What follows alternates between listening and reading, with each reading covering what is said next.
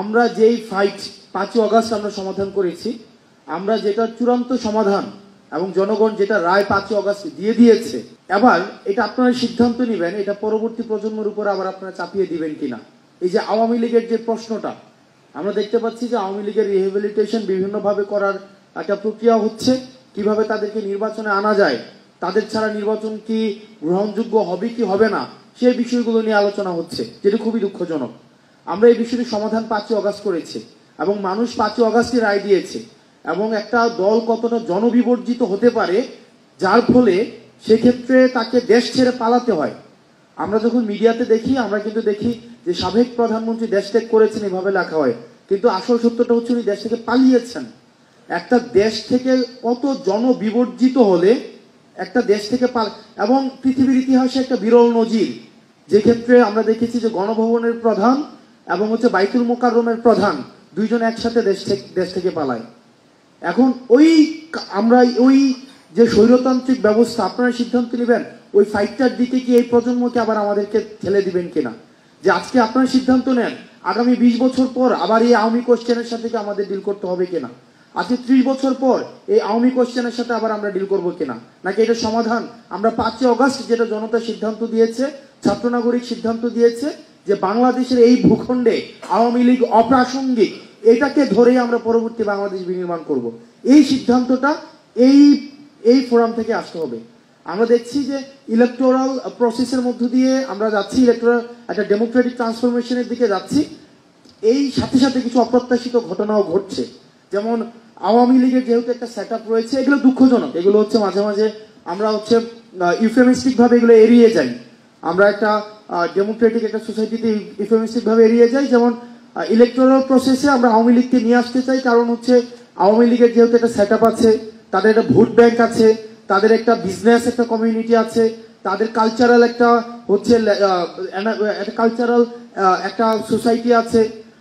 তো এই জায়গাতে আমি যদি আওয়ামী লীগকে কোনোভাবে আমার কাছাকাছি নিয়ে আসতে পারি, আওয়ামী লীগের কাছে যদি আমি একটু সিম্প্যাথেটিক মানে একটু যদি ইতিবাচক একটা ভাবনা দিতে পারি, তাহলে আওয়ামী লীগের ভোটটা রেডিমেড ভোটটা আমি পাওয়া যাই। তো এই কারণে দেখতে পাচ্ছি অনেক রাজনৈতিক দলের মধ্যে বা আমাদের নিজেদের মধ্যেও এক ধরনের আওয়ামী প্রীতি তৈরি হচ্ছে, যেটি একটি জাতির জন্য পরবর্তীতে আমি মনে করি যে আমাদের এই প্রজন্মকে আবার একটা এন্ডলেস কনফ্লিক্টের দিকে ঠেলে দেওয়া হবে। সুতরাং আমরা আমাদের জায়গা থেকে বৈষম্যবিরোধী ছাত্র আন্দোলন এবং এই প্রজন্ম, আমরা একটা জায়গায় আজকে যখন ডিসকাশন আমি পুরোটা সময় শুনছিলাম, আমরা একটা বিষয় মনে হয় আমরা অ্যাভয়েড করছিলাম, আমরা একটা জেনারেশনাল কনফ্লিক্টের মধ্যে রয়েছি। আমাদের এই প্রজন্ম, আমার বয়স 27 বছর, অনেকে হয়তো মেম্বার অফ পার্লামেন্ট হয়েছে আজকে থেকে 35 বছর বা 40 বছর আগে এখানে উপস্থিত আছেন, বা অনেকে চাকরি করেছেন আরো 40 বছর আগে রিটায়ারমেন্টে চলে আসছেন, আমার বয়স সবে 27। তা আমি আমার জায়গা থেকে একটা বিষয়, আমরা এই জেনারেশন কনফ্লিক্টে আমরা এই প্রজন্ম আওয়ামী লীগকে ধারণ করার জন্য আমরা প্রস্তুত না। এখন আপনারা যদি আবার আমাদেরকে চাপিয়ে দেন যে আওয়ামী লীগকে, তাহলে এটা কিন্তু এক ধরনের এটা একটা ভমিটিং হবে, এবং এটার বার্ডেন, এটার দায়ভার আমরা আমাদের যারা পূর্ববর্তী প্রজন্ম আছে, অভিজ্ঞ প্রজন্ম আছে, রাজনৈতিক প্রজ্ঞা, রাজনৈতিকভাবে যারা বিচক্ষণ, তাদেরকেই কিন্তু আমরা সবসময় এই এলিগেশনটা দিয়ে যাব।